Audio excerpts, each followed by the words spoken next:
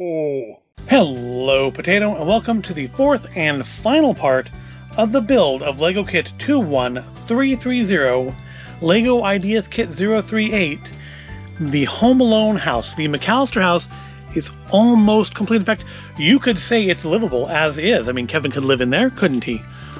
We have our first floor and the second floor all built. The roof is about halfway done. We still need the tree house, and of course, we you can't see it from that camera angle. We do not have a kitchen back here, so that would be a little difficult in the winter months, just letting all that cold air in. But we are almost there. We have 6 more parts to do in this video. It's not 6 bags, it's like 9 bags, because I think part 21 has like 3 bags, and part 24 has 2 bags. And of course, each bag has in it like the little bag or 2 of little bags, that's 2 in this one, of little parts. But we're almost there. We're almost there. This will be the last part of this set, and then it'll be time to get the holiday display all set up and see everything we've built this month in its proper final place, at least until I take it all down to put the spring stuff up again. So up to this point, we've done 434 steps in this kit, and that's total, like, I think 600 and something, 636. Yeah, it looks like 636 steps. So, yeah, we're about 3/4 of the way through. Actually, about 2/3 of the way through step-wise, but we are 3/4 of the way through as far as parts, because there are 24 parts. Total, we have done 18. And now, I guess we'll pull the roof off. Looks like what we're doing next is going to finish off the roof. Then I guess we'll do the kitchen and basement section, and then I know the last part is, in fact, the treehouse. So I guess, yeah, no more talking here. We'll look at it all again at the end. I've kind of looked at everything at the end of each part, so I don't know how much I want to do at the very end of this. You can just go back and watch the end of each part and see what I've thought as I've built it. But yeah, we'll at the end, we'll look through it again, the whole thing as a total, and see if it was worth the $250 asking price that LEGO has for this. Right now I'm leaning towards yes, especially when comparing it to an $800 AT-AT, which I would love to have, and I would love to do a series of videos on. But frankly, unless LEGO sponsors me and gives me one just to build on the channel, which I think that ship has long since sailed, it's just probably not going to happen. But enough of that. Let's get into the fast forward and finish building the Mcallister house so that little Kevin here can be truly and well home alone.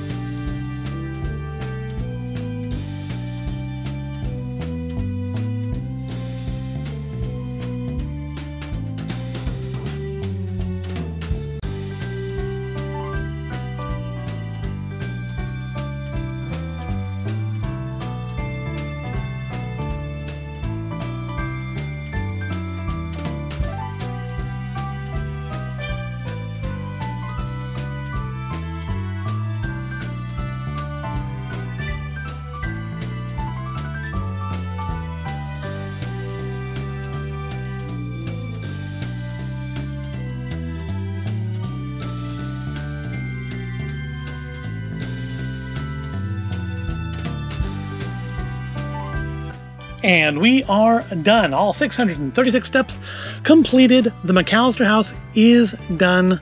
Kevin has been reunited with his mom, who has come back to find her bebe.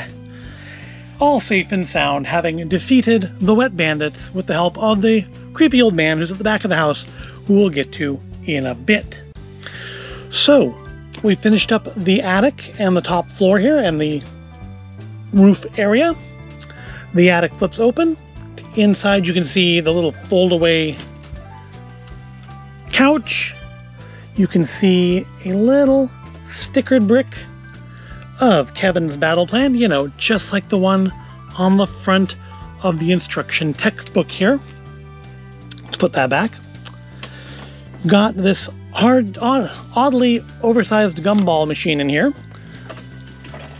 Oh, that was a mistake, because these are attached to each other. I haven't watched a movie in a couple years. I don't remember the gumball machine being a big enough thing that it should be in here. But all the same, here it is. And yeah, there's a string attached to the treehouse. So lots of lights, lots of fiddly bits in this one. These are the plants, the lights, a lot of fiddly little detail bits here in this final section. And of course, aside from the front of the house, we also completed the back of the house. So I'm going to move this without causing problems. Probably not. Here we have the back of the house. Oops, let's grab Kevin because we're going to need him. All the way. Of course, you gotta be careful how you pick it up because it comes apart. There we go. Here's the back of the house. There's our creepy old man. Undoubtedly here to save the day, or at least shovel the walk. Let's move that down to a more appropriate place. So we built on the basement and kitchen area, which includes...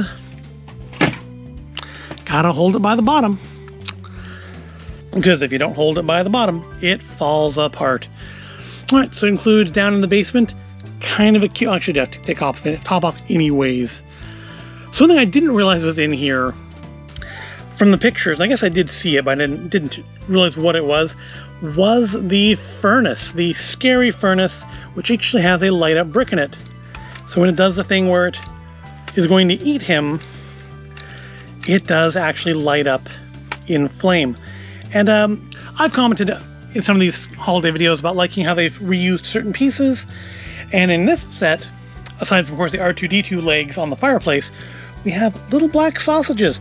These are the same sausages you see in various hot dog sets for hot dog stands. In some of the old Lego Advents, they've had these for roasting over fire or on barbecue. But we've made them black and made them bars on the furnace, which I can't seem to get quite straight and are actually a little loose in there. Also in the basement, we have, was that Marv's sock? I don't know whose sock that was. There's a sock stuck in the tar down there. We have the door outside. Of course, we do have ice frozen by both doors. Trash can, which comes with Kevin's airline ticket in it. See, it's got Adwind Airlines, and it's got Kevin's name written on it. I don't know if that's going to show up on camera or not, if I'm getting it too close and it gets blurry. Oops, put that right there. And we also have, in the basement area, we have the iron drop gag. Because up here in the kitchen, just take the roof off, we do have the laundry chute. And in the laundry chute, we have loaded a little iron. Right there. So, we take the iron. This actually is really tight. I may have done something wrong here. This seems like it should be a little looser than it is. However, when you turn the little crank, the iron drops into the cellar. So that's cute. We also have the little TV with the guy reminding you to keep the change. And just as a reminder of how old this movie is, that TV has an antenna. Oh, I've broken it. Let's pull it out and look at it. Yep. Another cute little detail. We've got the little Nero's pizza in there. There we go. We've got the fridge with some mac and cheese ready to fall out because I picked up the whole display, and you can't see it anyways because I have turned too far. There we go. Little packs of mac and cheese to go along with the plate of mac and cheese in the dining room. There we go. Very, very narrow counters in this kitchen. This kind of almost feels like an afterthought. I don't know if this was in the original design or not. I have to go look at the idea site to see for sure. But this area feels like an afterthought. We do have the blowtorch here and the doggy door for what Harry to no. Is that Harry and that's Marv? I've gotten their names mixed up. Never mind, I won't say them again. Got a microwave which does open up, so you could put something in there. I don't know what. Maybe one of these little extra black sausages. Maybe somebody's heart. Maybe this extra creepy man beard. You could give this to Kevin to make him look a little older. And of course the ceiling comes off here. And the whole thing, ideally, slides onto these pegs here so that it stays put when you have it on display. Now I say ideally because it doesn't want to go on there at any particular ease. Yeah, that's... I mean, I have this problem with the modular... There we go. With the modular sets too, so it's not totally unheard of. And then finally we have the tree house. It's got the scissors so you can cut the rope. It's got the tree, or the plane, stuck in the tree. It's got the little pirate flag for because it's there. And it's got Kevin's Great Escape. So, to do that, we're going to put Kevin on this little escape handlebars thingy. Then he opens up the window.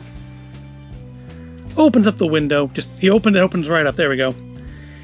He hops out, falls off of his escape thing. There we go. Try that again. And, well, try turning his hands the other way. See if maybe it likes them better like that. There we go. Hey, Rocky, this time for sure. All right. So we're going to pull it kind of taut. And hopefully, there we go. It's on now. Kevin will slide to safety. Yay, it worked. It worked. Also, the ladder on his treehouse can be pushed down. So not that you can see it in this picture, because I have the camera at the wrong angle again. So if somebody were to try to climb it without Kevin's permission, he could just kick it over. And while we're back here, here's the creepy old man. Look at that. It's got his snow shovel and everything. So, final verdicts on this set. Do I like it? Well, I think it's fairly obvious that I do. I think it's very cute. I think there's a lot of detail in here. I'm not a fan of the fact that there are so many things in it that are not nailed down. I don't like that there's so many loose bits that, fall apart when you are trying to just move the set around. I do like that it opens up so that you can see so much inside the house. That can come off fairly easily. I'm too lazy to do it right now. But I like that you can open up and see everything. My wife said that I like a dollhouse, is what my wife's compared it to. And that's stuck. Why is that stuck? What have I done? What have I broken? There we go. I think it just wasn't seated quite right. But yeah, you can open it up and see so much of it inside. So if you wanted to just I'm going to put this in my village, of course, but if you wanted to put this out on just as a display piece in your home, you could do that.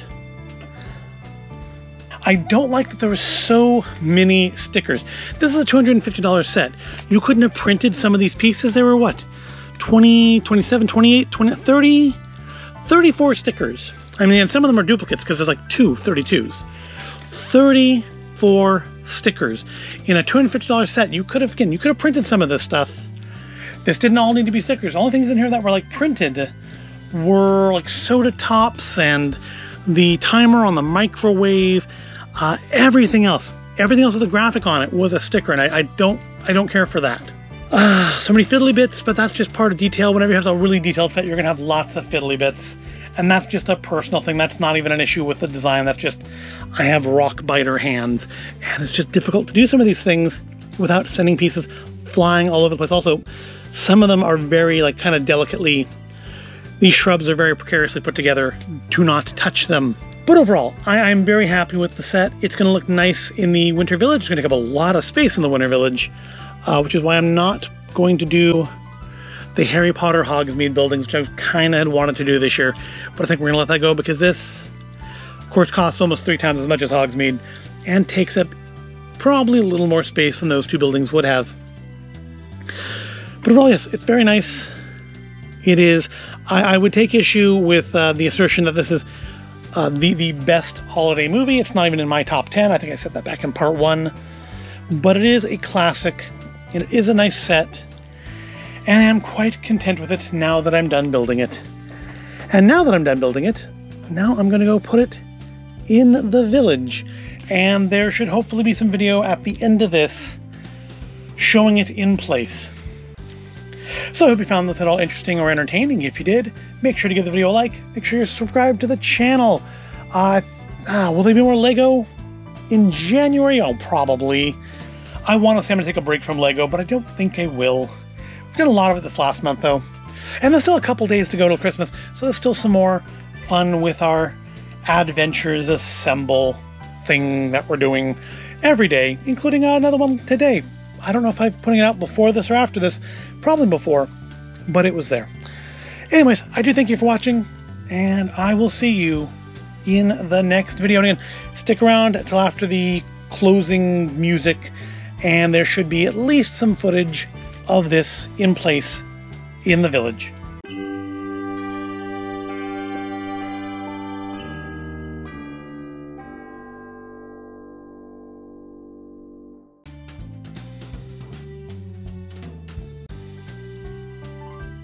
And here we are, the results of a month's worth of videos of building, plus probably about a dozen years worth of collecting at this point. Here is this year's Winter Village display. We'll start out here in the park where the Winter Festival is going on.